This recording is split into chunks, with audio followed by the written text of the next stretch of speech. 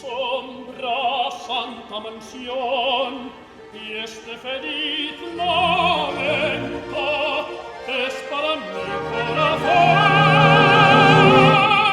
la delicia de emoción y de tormento, porque detrás de la ambición se me escapa el pensamiento.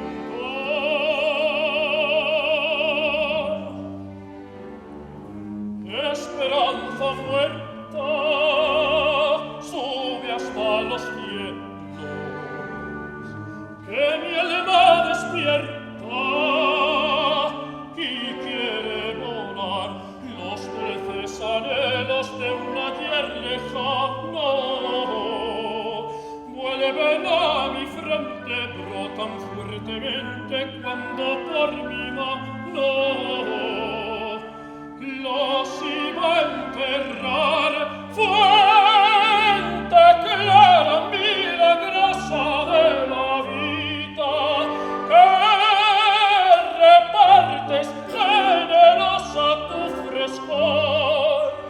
Ven a calmar un momento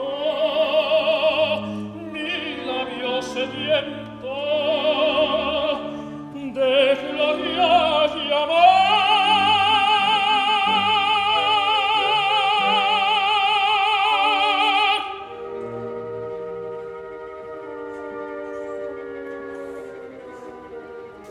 No llores, pobre caído, Rafael, ¿a dónde vas?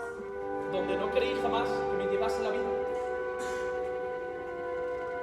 Desolada, sola y triste, Dios te ha puesto en mi camino para torcer mi destino como otra vez lo hiciste. ¿Y tú? ¿Qué piensas hacer?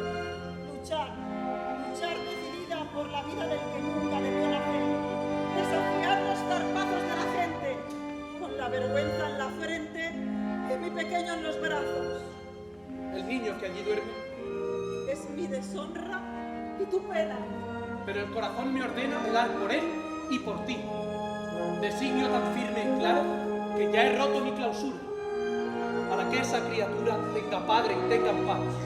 Haz lo que quieras de mí, hundida y desesperada. De nadie espero nada más que de Dios y de ti. Sácame de este pantano sin orillas, te lo pido de rodillas y besándote la mano. Levanta, la procesión viene cruzando la vega. Ya se acerca, ya llega. Ven junto a mi corazón.